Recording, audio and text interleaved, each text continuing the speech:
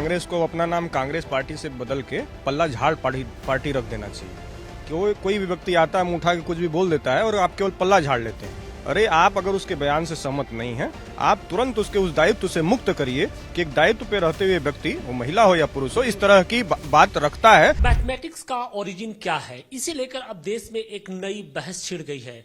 दरअसल कांग्रेस की प्रवक्ता समा मोहम्मद की ओर से एक दावा किया गया है कि जो गणित का जो जन्म है वो इस्लाम से हुआ है, लेकिन सवाल इस बात का है कि उनकी इन बातों में, इन तर्कों में कितना दम है। और इसी पर बातचीत के लिए हमारे साथ मौजूद हैं बीएचयू आईआईटी के senior professor SK Pandey sir. Sir, सबसे पहले तो हम ये जानना चाहेंगे कि गणित, मैथमेटिक्स, उसका ओरिजिन मतलब जन्म कब से हुआ है और आप लोग की गणना के हिसाब से क्या आप लोग कैलकुलेट करते हैं?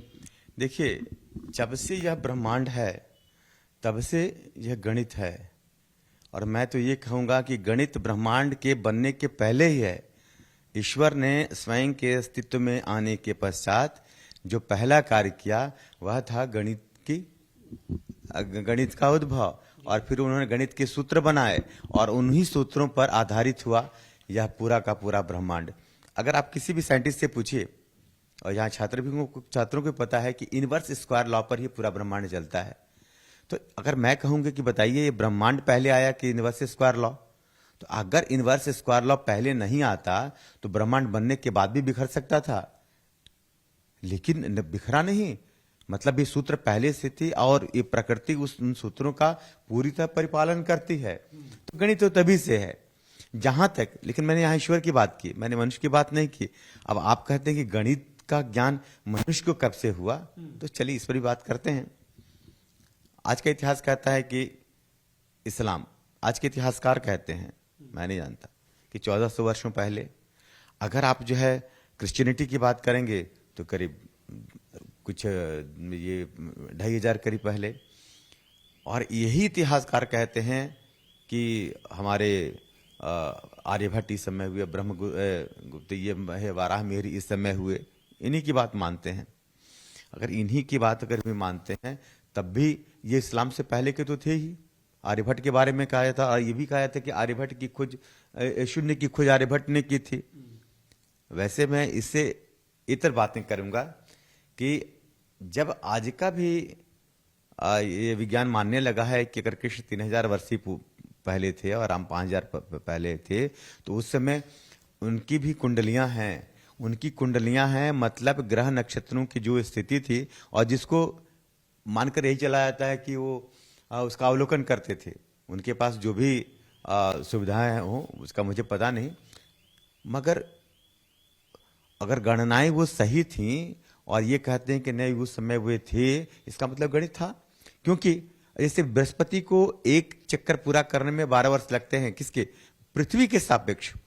अगर हम आप सूर्य की बात करें तो सूर्य के सापेक्ष तो बाकी ग्रहों की गणना आसान होते हैं, क्योंकि वहां पर एलिप्टिक जो है ऑर्बिट है। लेकिन सूर्य के चारों ओर पृथ्वी जो है एक एलिप्स में घूमती है, मंगल अलग एलिप्स में घूमता है, बृहस्पति अलग एलिप्स में, एलिप्टिक पाथ में। और पृथ्वी के सापेक्ष अगर बृहस्पति को 12 वर्ष लगते हैं, चंद्रमा को करीब 28 दिन लगते हैं, मंगल को करीब 1.5 महीना का समय लगता है, शनि को करीब 30 वर्षों का समय लगता है। तो ये मतलब अगर ये जिन वर्षों के हम 1, 2, 4, 5, 24 जो भी कह रहे हैं, अगर उनका ज्ञान नहीं था उनके पास, तो ये कैसे हुआ? मतलब गणित का ज्ञान मनुष्य को उस समय भी था। और ये बात सही है कि गणित ईश्वर की रचना है, लेकिन मनुष्य ने उसकी खोज कर ली, जान लिया। अगर आप देखें कि जैसे कहते हैं ना, तो इसी खोज को लेकर तो दावा किया जा रहा है कि शमा मोहम्मद ये कह रही कि नहीं, इस्लाम का उसका ओरिजिन है। नहीं तो अगर बताइए, अगर 1400 वर्ष में ही इस्लाम का अभ्युदय 1400 वर्ष पहले हुआ, अगर गणित का भी अभ्युदय 1400 वर्षों पहले हुआ होता, तो जिनके बारे में कहने की 3000 पहले साल के पहले 3000 वर्ष पूर्व की घटना है, या 7000 या 5000 वर्षों पूर्व की घटना है, और वहां पर उन समय उनकी कुंडलियां हैं, उनके ग्रहों का पता है, और आप गणनाएं कीजिए तो निकल जाए, पता कर जाएंगे हाँ वो बात सही है। तो अब कैसे कह सकते हैं कि ये जो है गणित की खोज, माने गणित का पता मनुष्य को जो है इतने विलंब से चला? ऐसा तो नहीं कह सकते हैं। और जहां तक शून्य की बात है, जो लोग कहते हैं कि आर्यभट्ट ने शून्य की खोज की, जो इस्लाम के पहले थे, तो हो सकता है कि उन्होंने शून्य का वह आकार दिया हो। अगर हम दशानन कहते हैं, 10 तो पता था ना, और रामायण युग की घटना है। और राम 4 भाई थे, मतलब 1 2 3 4 5 6 7 8 9 10 11 12 ये सब जानते थे। शास्त्र की बात होती थी, लक्ष्य की बात होती थी, कोटि की बात, करोड़ की बात होती, ये सारी थी। इतनी अक्षौहिणी सेना, मतलब इतने इसमें सदस्य हुआ करते थे। नंबर्स पहले से ही चले आ रहे हैं। हाँ हाँ, शत योजन और क्या क्या जो है, ये शत शास्त्र, ये गणनाएं थी। और जब हम ब्रह्मांड कहते हैं तो ब्रह्मांड उसमें अंड है, मतलब एक अंडा का रूप है ये पूरे ब्रह्मांड का। तो आप वहीं शून्य की अवधारणा वहां से है। तो अब कैसे कह सकते हैं कि यह जो आकार है, जिसको हम सीधे जो शून्य लिखते हैं, वह गोलाकार है या थोड़ा अंडाकार है, वही है। तो इसका मतलब कि इनका ज्ञान उनको पहले भी था, संभवतः इसी रूप में लिखते थे। और आर्यभट्ट ने जो बहुत बाद क्या है, मूर्त में उसको लिखना शुरू किया होगा। सवाल इस बात का है कि उनके इस बयान के पीछे का तर्क क्या है, और इन्हीं बातों को लेकर हमारे साथ कुछ बीएचयू के स्टूडेंट हैं, हम उनसे भी जानने की कोशिश करेंगे कि उनकी इन बातों में कितना दम है। क्या ये सिर्फ कोरी राजनीति है या फिर इसके पीछे कुछ तर्क नजर भी आ रहा है। क्या उन्होंने जो ये बयान दिया है उससे क्या आप लोग सहमत हैं, या फिर आपको लगता है कि ये सिर्फ बयान एक राजनीति का, एक पॉलिटिक्स का स्टंट है? देखिए, सहमत होने की तो कोई बात ही नहीं है, क्योंकि ये बिना फिजूल बेसिर पैर की बात है। लेकिन वो मोहतरमा को मैं आज के पहले जानता नहीं था, लेकिन ये बयान देने के बाद मैं उनको जान गया। तो जो बेसिक कॉन्सेप्ट था उनका ये बयान देने का, कि हिंदुस्तान में और देश प्रदेश में लोग उनको जाने पहचाने, तो अब इनके ऊपर उनके इस बेतुके बयान पे चर्चा होने लगी है। उनको ये ज्ञान नहीं है कि इस्लाम का जो प्रादुर्भाव हुआ वो 1500 से 1600 साल अभी भी नहीं हुआ है। और हमारे यहाँ शल्वसूत्र की परिकल्पना की गई, जहां से पाइथागोरस थ्योरम निकला है, जिसका रिटन इतिहास जो मौजूद है वो 3000 साल पुराना है। जब हम जैन धर्म की बात करते हैं तो हमें सांख्य दर्शन आता है, जिसमें कि नंबर सिस्टम की बात की गई है। जब रामायण की बात करते हैं हम, जब अपने वेदों की बात करते हैं, जिनका की रिटन जो इतिहास है वो भी हजारों साल पुराना है, उसमें भी संख्या और नंबर की बात करते हैं। जब हम हनुमान चालीसा जब हम पढ़ते हैं, जो कि 400-450 साल पहले तुलसी बाबा बैठ के ही वाराणसी के तुलसी घाट पे इन्होंने लिखा था 450 साल पहले, तब उन्होंने 7 योजन का बात करते हैं। मतलब वो नंबर सिस्टम की बात, परिकल्पना। जब हम शून्य की बात करते हैं तो आर्यभट्ट का नाम आता है सबसे पहले, पूरा विश्व जानता है। इसे बताने की जरूरत नहीं कि भाई शून्य किसने दिया, गाना भी है हमारे यहाँ इस पे बना हुआ है कि 0 दिया मेरे भारत ने तब दुनिया को गिनती आई। अगर ये सब जानते हुए भी इस तरह का बेतुका बयान दे रही हैं, तो इसे साफ जाहिर होता है कि मोहतरमा एक फोबिया से ग्रसित हैं, उस फोबिया के माध्यम से वो अपने आप को लोगों के बीच में प्रेजेंट करने का और एक पब्लिसिटी स्टंट का एक जरिया बनता जा रहा है क्या, कि इस तरीके की बयानबाजी पहले क्रिकेट के रोहित शर्मा को लेकर उन्होंने बयान दिया, और अब ये बता रही हैं कि भाई जो गणित है उसकी जो उत्पत्ति हुई है वो इस्लाम से हुई है। आप इन तर्कों को कहाँ, किस कसौटी पर खड़े उतरेंगे? देखिए, ये तो पूरी तरह से अपने आप को कुप्रसिद्ध करने का एक जरिया है। वर्तमान में सोशल मीडिया और अन्य जो चल माध्यम आ गए हैं, तो इन माध्यमों के तहत अपने आप को कंट्राडिक्टरी करके, अपने आप को विरोधाभास, विरुद्ध बातें करके, लोकाचार के विरुद्ध बातें करके प्रसिद्ध करने का तरीका है। उनके तर्कों में कोई, लेकिन ये तो जन विदित है। फिलहाल जो मोहतरमा ने बात कही है, तो उसके संदर्भ में मैं ये बता देना चाहूंगा कि उस तर्क में कोई दम नहीं है। हमारे सनातन परंपरा में ऋग्वेद प्रथम सूक्त ही शुरू होता है अग्नि की उपासना से, और प्रामाणिक प्रतियां जो ऋग्वेद की प्राप्त हैं उसमें भी सूक्त संख्या 1 दिया गया है, यानी गणित के प्रारंभिक अवस्था ऋग्वेद में प्राप्त होता है। गणना पहले से ही चली। आपको जैसे मैं बताऊं कि वृत्त के क्षेत्रफल, इसका जो सूत्र है, जो वृत्त का क्षेत्रफल पाई के मान में, पाई का मान हो गया, वृत्त का क्षेत्रफल इत्यादि हो गया, इन चीजों को लेकर के ऋग्वेद में अन्य श्लोक दिए गए हैं। ऋग्वेद केवल भारत ही नहीं अपितु संपूर्ण विश्व की सर्वाधिक प्राचीन कृति मानी जाती है, और उस ऋग्वेद में गणित के ऊपर विस्तृत व्याख्यान प्राप्त है। अलावा इसके मैं एक बात बता दूं, सनातनी परंपरा में कल्प व्यवस्था की गई है। कल्प को केवल भारत ही नहीं अपितु संपूर्ण विश्व में कल्प को गणना की सबसे बड़ी इकाई के तौर पे माना गया है।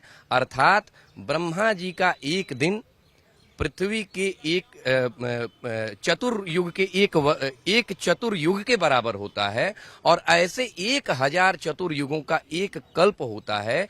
गणित की इतनी बड़ी संख्या की परिगणना के लिए संज्ञात्मक सूचना, संज्ञात्मक नाम कल्प जो ऋग्वेद में आया है, उतनी बड़ी संख्या की संज्ञा देने की का सामर्थ्य अभी तक किसी संस्कृति में नहीं रहा।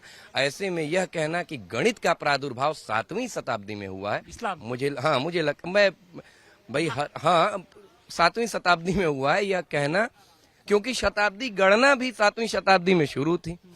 हिजरी संवत आप शुरू कर रहे हैं और उसमें आप प्लस कर रहे हैं प्लस 786 और आप कह रहे हैं कि गणित की, तो ये पूरी तरह हास्यास्पद है। सनातन सभ्यता, सनातन परंपरा और ऋग्वैदिक सभ्यताओं, ऋग्वैदिक संहिता में ही गणित का प्रादुर्भाव है।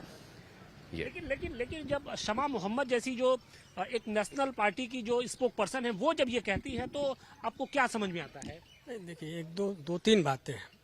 कांग्रेस के प्रवक्ताओं की लिस्ट हमें मूर्खों का संग्रहालय नजर आती है। संग्रहालय जब आप में किसी को लिस्ट देखना रख, जैसे लग रहा है लिस्ट लगी हुई है और ये सभी मूर्खों की लिस्ट लगी हुई है। देखिए, हमें लगता है कि कांग्रेस को अपना नाम कांग्रेस पार्टी से बदल के पल्ला झाड़ पार्टी रख देना चाहिए। कोई भी व्यक्ति आता है, मुंह उठा के कुछ भी बोल देता है और आप केवल पल्ला झाड़ लेते हैं। अरे, आप अगर उसके बयान से सहमत नहीं हैं, आप तुरंत उसके उस दायित्व से मुक्त करिए कि एक दायित्व पे रहते हुए व्यक्ति, वो महिला हो या पुरुष हो, इस तरह की बात रखता है जो एक विशेष धर्म और संस्कृति के खिलाफ करता है और आप उसका सुनते हैं और उसको पल्ला झाड़ लेते हैं। कोई पद पे बैठा व्यक्ति, अब कोई जिलाधिकारी है, वो कुर्सी पे बैठा है और वो तो समझ में आता है, लेकिन जब स्पोक पर्सन जब बोलता है जो कहीं ना कहीं मुखौटा होता है जी, वो पार्टी स्पोक पर्सन, मतलब ऐसे तो कोई कुछ भी बोल दे, लेकिन अगर प्रवक्ता बोलता है तो माना जाता है कि वो पार्टी का आधिकारिक बयान है और पल्ला झाड़ लेने से कांग्रेस बच नहीं सकती है। हमारे यहाँ ज्योतिष का जो इतिहास है वो हजारों साल पुराना है और हम गणना के आधार, एक दो नहीं बल्कि कई ऐसे उदाहरण हैं जिनसे ये साफ जाहिर होता है कि जो गणित की उत्पत्ति हुई है वो इस्लाम से बहुत पहले हुई है। बहुत पहले ही नहीं, मानव सभ्यता में जब लिपिबद्ध संहिताएं रची जाने लगी, जब कृतियां आने लगी, जिसको लेखन कला का विकास आप कह सकते हैं, ऐसी लेखन कला की सर्वाधिक प्राचीनतम कृति, अब इसमें मैं तो नहीं कह रहा, संपूर्ण विश्व इसको स्वीकार करता है कि वैदिक मूल संहिता ही मानव सभ्यता के लेखन के इतिहास की सर्वाधिक प्राचीन कृति है। श्रुति परंपरा में गणित का ज्ञान उसके भी पूर्व से होता रहा है, लेकिन यदि लेखन परंपरा की ही बात की जाए तो ऋग्वैदिक संहिता सर्वाधिक प्राचीन कृति है, उसमें गणित के अन्य विषयों का उल्लेख है। ऐसे में मुझे लगता है कि जो मोहतरमा, मैं उनको जानता नहीं, वो क्या पढ़ी है नहीं पढ़ी है, अब राजनीति में तो ऐसे ही लोग निपड़ नपाड़ा आ गए हैं, इसीलिए तो राजनीति बदनाम हो रही है, तो उन्हें पढ़ने लिखने की जरूरत है। उनका कक्षा 5 में, कक्षा 1 से लेकर के 5 तक के किसी अच्छे विद्यालय में जो मदरसा न हो, वहाँ उनका दाखिला करा के पढ़ाया जाना चाहिए। उनकी बात पर बहस नहीं होनी चाहिए। लगता है कि बहस करने की जरूरत भी है ऐसी बातों पर। देखिए, बात यह है कि पॉलिटिक्स से इसको हटा के देखना चाहिए। जो सनातन परंपरा है, जैसा कि भाई साहब ने कहा कि ऋग्वेद और अथर्ववेद, ऋग्वेद और अथर्ववेद में जो श्रुतियां हैं उसमें गणित का पूरा वर्णन है। जब वैदिक आप पढ़ेंगे, पूरा जो ज्योतिष शास्त्र है वो गणित का है। और हमारे देश से ही जो ट्रेवलर्स हुए थे, इब्न बतूता हुए या जो चाइनीज ह्वेनसांग या जो चाइनीज ट्रेवलर, तो वही लेके गए हैं मैथमेटिक्स। लेकिन जब आप ये सुनते हैं कि नहीं गणित तो इस्लाम, गणित की उत्पत्ति इस्लाम से हुई है, तब आप फिर को क्या लगता है कि इसके पीछे सिर्फ कोई राजनीति है या फिर कोई दम दिखता है?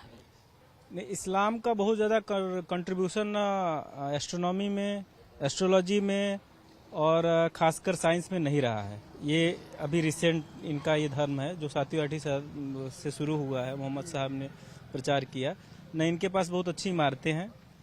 मुगल आए यहाँ से तो यहाँ के जो कारीगर थे उनको लिया। आप काशी विश्वनाथ में जो ज्ञानवापी मॉस्क है उसकी आर्किटेक्चर को सबसे पहले प्रिंसेप ने बनाया था, तो वो पूरा 108 और 27 फीट ऐसे करके था। तो वो पूरा जो ज्यामिति थी उसकी, वो पूरा वैदिक थी। आप जब देखिए क्या है, वेद है, वेद के बाद वेद का जो सार है पुराणों में आया, फिर कथाओं में, स्मृतियों में आया है। तो पहला जो वर्णन है, जो आदि वेद, हर चीज आयाती थी है, तो फिर इस दावे में तो कहीं दम नहीं दिख रहा है। हाँ, ये पॉलिटिकली इंस्पायर्ड बयान होते हैं।